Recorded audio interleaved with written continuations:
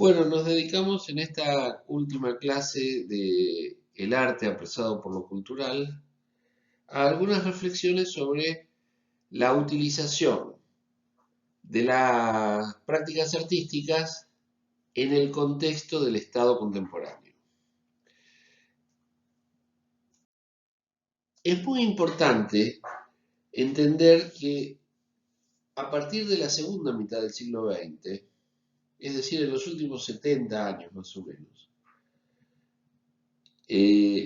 ha sido fundamental el debate político y educativo en el esclarecimiento de las relaciones entre arte y cultura.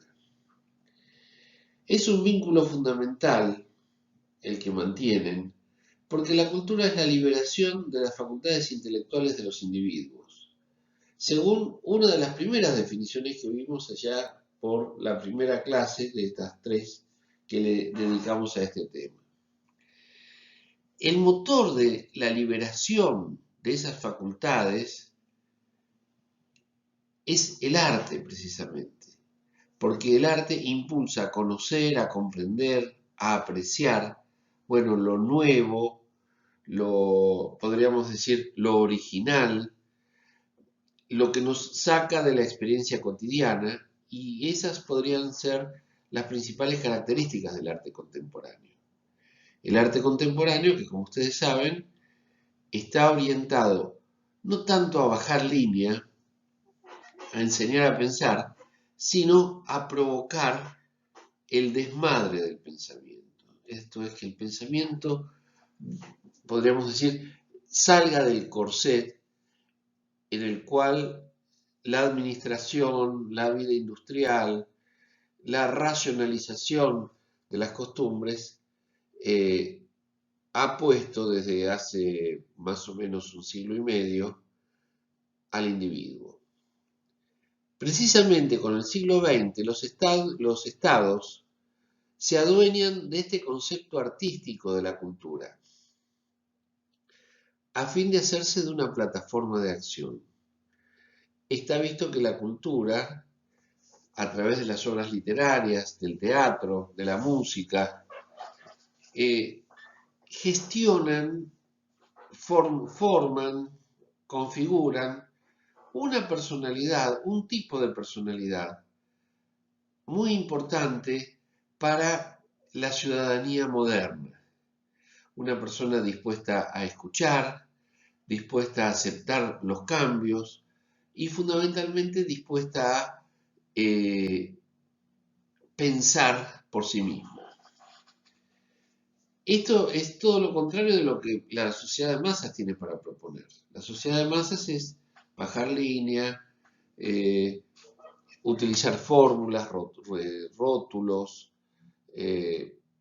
Ustedes vean las películas más taquilleras del cine de Hollywood a lo largo de todo el siglo XX. Han sido películas que en cierta manera se repetían o consagraban para siempre comportamientos, personalidades, acciones que daban muy poco lugar a la sorpresa, a la originalidad. Bueno, el arte, en cambio, el arte teatral, el arte literario, se ha manejado por otras vías. Y lo que ha buscado es justamente ser un refugio contra la deshumanización de los modos de vida occidentales. Luego, por supuesto, de este proceso terrible de la racionalización, de la industrialización y de la urbanización. Veamos algunos autores del teatro especialmente, podríamos tomar autores literarios. El propio Artaud, que es este que vamos a ver acá, el propio Artaud es un literato al mismo tiempo que un teatrista. Bueno, Grotowski, ¿no es cierto? Ya lo conocen. El Living Theatre, de origen británico, y Peter Brook, otro gran e importante creador de este sentido del arte, promover la rehumanización de la mente a través insisto, no de bajar línea, no de decir lo que se debe hacer, sino de plantear dudas sobre la corrección de lo que normalmente se hace. Es decir, se trata de un pensamiento crítico, de ruptura, que ayuda, en todo caso, contribuye a la formación de un ciudadano crítico. Bueno, pero frente a estas posibilidades del arte de vanguardia, podríamos decir del arte rupturista, los estados se dieron cuenta de la importancia que tiene el arte y crearon con esto la cultura oficial. Así la vamos a llamar. La cultura oficial es aquella política que los gobiernos llevan adelante colonizando la creatividad y con la creatividad a los artistas y con los artistas colonizando a las audiencias, al público. Esto es lo característico en general de la cultura de masas, ¿sí? La cultura artística de vanguardia entonces queda desprotegida, porque ni los sectores conservadores de la economía, podríamos decir, productiva, de la economía financiera, de la economía capitalista en términos generales, ni los gobiernos apoyan nada que tenga que ver con la crítica. Entonces, la principal función del arte es conservar el orden social. Y en todo caso, las prácticas culturales sirven para diferenciar las clases y las fracciones de clase. Los más jóvenes, bueno, los de edad intermedia, los que no pueden acceder a los museos y a las salas de concierto de la música que se llama clásica, los que siguen determinada línea de producción literaria, etc. Y los jóvenes o los que directamente no tienen acceso al consumo cultural. De lo que se trata entonces es de una justificación del dominio que ejercen unas clases sobre las clases subalternas. Ahora, a medida que absorbían las formas artísticas más numerosas y que buen número de contestaciones artísticas eran recuperadas por la cultura oficial se fue haciendo cada vez más amplia, ¿sí? Tenemos en Argentina el Centro Cultural Kirchner, el municipio de Tandil, para poner un ejemplo, solventa con muy pocos recursos, pero de manera más o menos sostenida, a todos los artistas, o a buena parte de los artistas de la ciudad. Por supuesto, no a los artistas callejeros, no a los artistas de ruptura, sino a los artistas que proponen de alguna forma lo que la cultura oficial considera legítimo. Bueno, en general la cultura oficial ha sido acusada de arcaica, de servir atender fundamentalmente a los artistas que ya han fallecido o a las producciones que se consideran menos amenazantes y por lo tanto son las más viejas, son las más antiguas, las más tradicionales. Se le reprocha atenerse ahora a las obras del presente, sometidas a los efectos de la moda. Bueno, yo recuerdo hace unos años en Tandil, la provincia de Buenos Aires trajo, no sé, a Pimpinela o a los otros, Julio Iglesias, que son la expresión de una determinada expectativa con respecto al arte. Pero no se trata ya de arte en un sentido pleno, sino de un arte muy comercializado, muy mediado por la industria del disco, de la televisión, etc. Los contornos de la cultura oficial se han hecho cada vez más flojos. Entonces, no hay, podríamos decir, total autonomía de de la de la cultura oficial respecto de las clases sociales. Este que ven acá, esta imagen, es la de Pierre Bourdieu, quien ha investigado, especialmente en Francia, de qué forma la cultura y los bienes culturales construyen, eh, podríamos decir, segmentos de la población claramente diferenciados, precisamente no por su acceso material a la cultura, sino por su acceso identitario. Como que hay productos culturales que definen una determinada identidad social. Digamos, la gente grande, la gente conservadora, la gente que no quiere problemas, por un lado, y alejado ya de la órbita de la cultura oficial, los jóvenes, los rupturistas.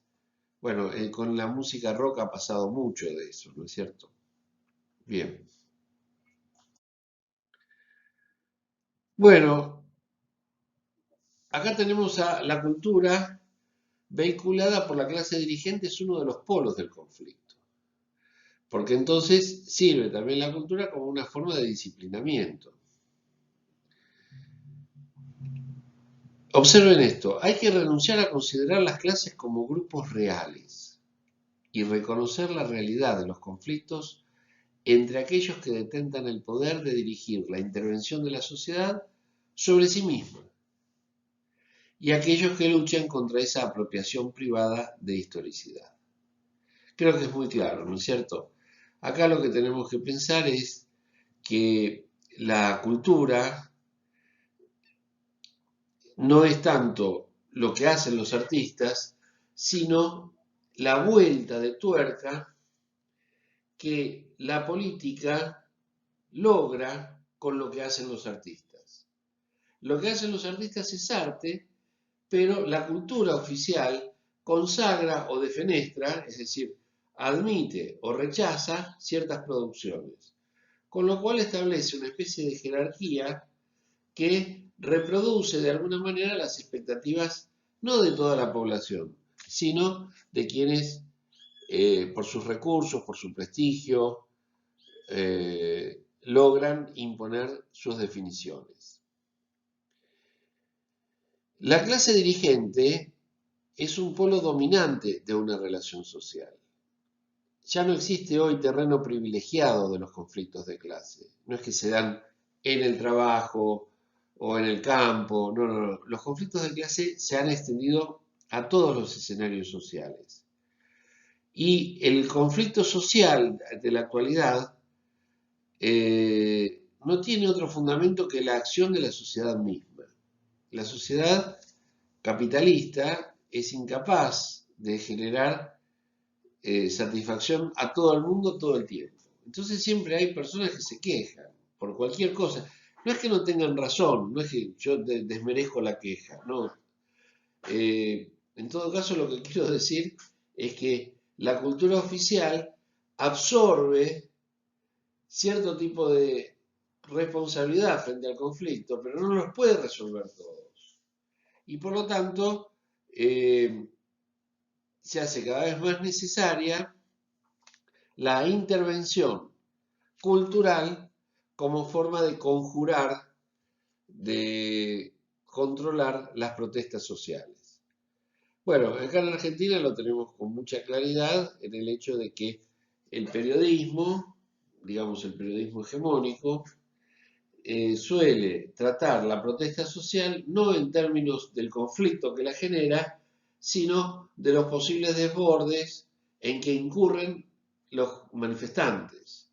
Entonces es noticia si se rompen vidrieras y no es noticia, por ejemplo, que el 50% de la población argentina tiene problemas para comer o tiene problemas de trabajo o el 60% de los chicos menores de 14, 15 años en este momento de la Argentina son pobres o pertenecen a un hogar pobre. Eso significa que a futuro no van a desarrollar su sistema nervioso, su sistema cognitivo con las proteínas que se necesitan. Bueno, ¿en qué consiste la cultura oficial? En construir, no tanto a través del arte, sino a través del discurso, esto es la televisión, la radio, el periodismo, bueno, ahora tenemos las redes sociales, construir un discurso, digamos, de contención, diciendo, bueno, en este caso la gente es culpable de su destino, o los culpables son los que votan mal, o los culpables son estos o aquellos.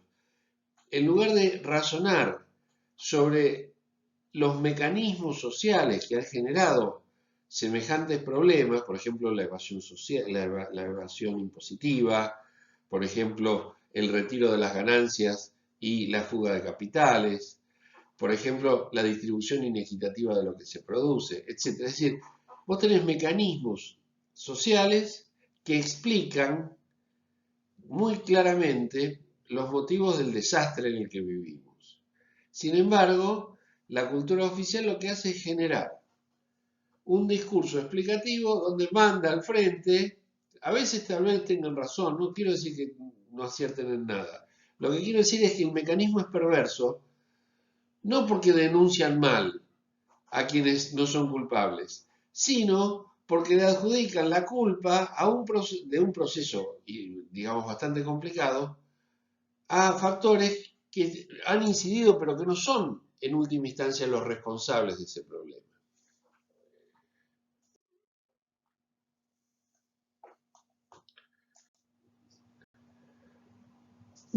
Bueno, como para repasar rápidamente todas estas ideas, que si las tuviéramos en clase las podríamos discutir. Ojalá que para el segundo cuatrimestre volvamos a las actividades presenciales y termine toda esta historia. Pero bueno, por ahora es nuestra forma de seguir adelante y que no se estanquen los más jóvenes en medio de esta crisis. Bueno, la cultura es objeto de administración.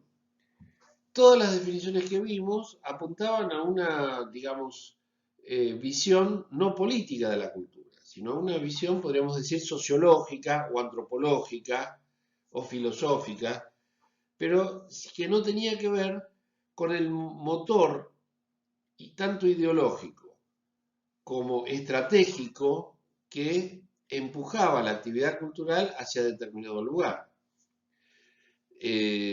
Las definiciones de las que partíamos, tanto en lo antropológico como en lo sociológico y lo filosófico, pretendían que la cultura era espontánea. Bueno, no. Hoy estamos viendo que la cultura, por lo menos en los últimos 100 años, o un poco más, la cultura es objeto de administración, no es autónoma. Entonces, lo que importa es combinar la disminución del número de creadores con la multiplicación de los consumidores. Asegurar la difusión de la mayor cantidad de obras posibles, por supuesto, al mayor número posible de consumidores. La cultura se convierte así, entonces, en un objeto cuantificable, en un valor mercantil.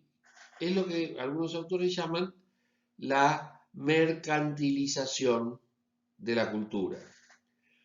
Entonces importan, por ejemplo, la cantidad de producciones teatrales, cuánta gente visita una exposición, cuántos libros se editan, cuántos lectores los compran, cuántos visitantes tiene, por ejemplo, un museo, etc. Frente a este sistema, el artista que está interesado en sobrevivir busca integrarse para obtener el reconocimiento necesario y que le sea reconocido el derecho a entrar en la cultura y a participar en su construcción. Vos podés ser artista, pero de alguna forma tenés que ganarte la vida. Y esto implica aceptar la dinámica de la mercantilización de la cultura. Por ejemplo, cuando aparecen formas artísticas novedosas, las reparticiones estatales y los organismos de subvención deben encontrarles nuevas estructuras para ingresar al dominio de la legitimidad. Por ejemplo, cuando aparecieron las primeras instalaciones o los primeros las primeras composiciones esculturales de artes visuales que se llamaba el arte efímero, es decir, el arte que dura muy poco tiempo. No había una reglamentación burocrática que permitiera generar financiamiento para actividades cuyo resultado después no fuera a parar a un museo, por ejemplo, o no se pudiera vender. Bueno, el arte y la cultura no pueden ser objeto de una misma reflexión, y no es posible tomar medidas que se apliquen indiferentemente a ambos. La distancia que separa el arte y la cultura lleva a comprender la ambigüedad que está en la base de toda intervención estatal en el dominio cultural. Entonces, la relación del arte con la cultura y de la cultura con el poder político, con el poder social, trae una serie de consecuencias que veremos rápidamente. Acá tenemos a Augusto Comte, ¿sí? Acá tenemos a Durkheim, Emile Durkheim, y acá tenemos a Spencer. Spencer era británico, Comte era francés, Durkheim también era francés. Bueno, son estos autores los que han hablado de la decadencia de la cultura, de la decadencia de la civilización, del proceso, podríamos decir,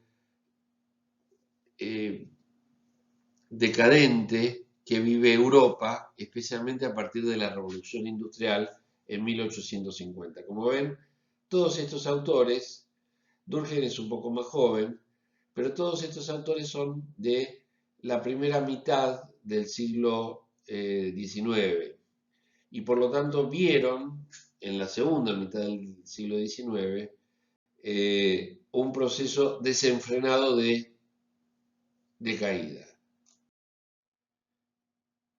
En 1948, la UNESCO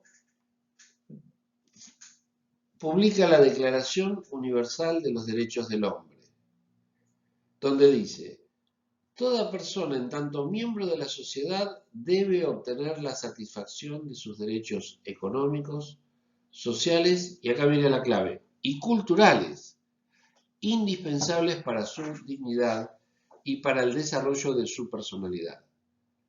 Gracias. ¿Cómo lo debe obtener? Gracias al esfuerzo nacional y a la cooperación internacional, habida cuenta de la organización y de los recursos de cada país. El artículo 22 sostiene: toda persona tiene el derecho de tomar parte libremente de la vida cultural de la comunidad, de disfrutar de las artes, y sigue, ¿no es cierto? A ver, ¿qué función cumple el derecho a la cultura? En primer lugar, una función educativa, que intenta cubrir los baches dejados por la educación escolar y sustituye a esta última, a la educación escolar, en el fin de inculcar cierto saber acerca de la forma en que uno se debe divertir y se debe entretener. La cultura se transforma entonces en una vasta empresa de educación, de formación permanente, destinada a todos y a todas. Por eso es que esta declaración, que apenas tiene un poco más de 70 años, confiere importancia a las direcciones de cultura, a las secretarías de cultura, a las agencias culturales del gobierno. ¿Cuál es entonces la función social de la cultura adjudicada ya no espontáneamente en la organización de las sociedades, sino en el control político de los procesos históricos?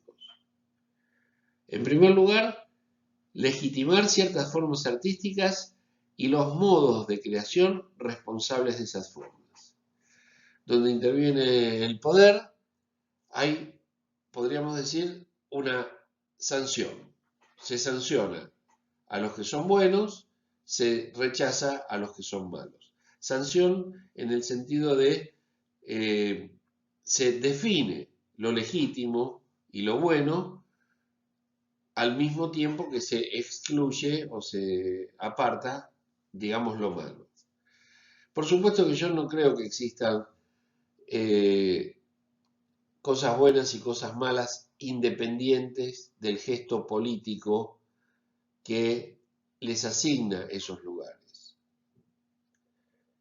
Sin embargo, es importante distinguir en esta parte del texto que ya no estamos hablando de una cuestión meramente de calidad artística, estamos hablando justamente de criterios políticos, que son, entre otros, los que permiten que los creadores se identifiquen con los modos de producción existentes. Y eso es justamente una de las funciones sociales de la cultura. Incorporar la producción intelectual como parte, digamos, de una totalidad social, nunca lo es de manera cabal, de manera completa, pero sí es parte de una construcción, de una fortaleza social que intenta verse identificada con lo que hacen sus artistas. Otra función social de la cultura es ofrecer interpretaciones simbólicas novedosas, capaces de ocupar el lugar dejado por las interpretaciones anteriores, que hoy se revelan como inadecuadas. Y por eso se necesitan los artistas. Más allá del uso, podríamos decir, bastante cuestionable que hacen los gobiernos de los artistas, hay detrás de esta política una necesidad social o en todo caso una función social que alguien debe cumplir. Y la cumple una vez más la cultura. Entonces, se justifica la intervención estatal en la cultura que pase a cumplir una función predominantemente social, porque proporciona puntos de anclaje dándoles a los individuos tres cosas fundamentales. El sentimiento de poseer un patrimonio cultural común. Un lazo con el pasado, haciéndoles creer en la existencia de raíces culturales comunes. Es decir, una identidad. Una identidad que va más allá de tus preferencias. Y también la función social de la cultura consiste en poner en escena, simular la existencia de un pacto social cuyo garante es el Estado. Y esto trae consecuencias. Vemos un partido de fútbol, el seleccionado canta el himno al comenzar el partido y uno siente, podríamos decir, no sé si emoción, la verdad que no sé lo que siente, pero sí podríamos decir que no somos indiferentes a eso. ¿Por qué? Porque la construcción cultural de la nacionalidad tiene que ver con estos símbolos. Por ejemplo, el himno, por ejemplo, los colores de la camiseta.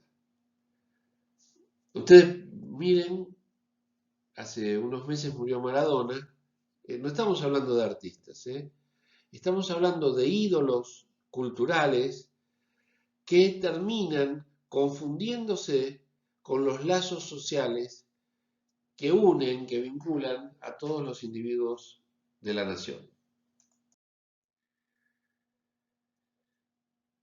La cultura entonces ya no existe como concepto filosófico. Ese concepto que vimos fue nada más que para entender a qué campo de la actividad humana nos referimos, pero ya no podemos seguir sosteniendo que ese campo es autónomo. Entonces, a la noción abstracta y problemática de cultura, las reparticiones estatales, los organismos gubernamentales, han preferido un concepto más concreto, el de los negocios culturales. Algunos también lo llaman industrias culturales. La cultura se hizo entonces lo cultural. Ahí está el concepto. El arte apresado por lo cultural. Y lo cultural es, como vimos, producto de la mercantilización. Se hizo medible y cuantificable. Convertida en cultural, la cultura perdió su autonomía. Pasa a ser un objeto de administración. Lo cultural, sin embargo, conserva un parentesco ilusorio con la cultura. La palabra es muy parecida. La cultura es a lo cultural lo que el arte es a la cultura. Es decir, un terreno privilegiado donde lo cultural va a presionar por aquello que necesita, pero que no da nada a cambio. Lo cultural, ¿sí?, toma al arte, pero sin darle nada al arte. O mejor dicho, lo que le da es una orientación y una dirección por las cuales el arte pierde su autonomía. Si pasamos de un nivel a otro, se disuelve la finalidad de la cultura como si la finalidad de la obra artística se disolviera en beneficio de la sociedad que la consume. La cultura parasita al arte, como lo cultural parasita a la cultura. Espero haber sido claro, no es muy difícil. Tengan en cuenta esto.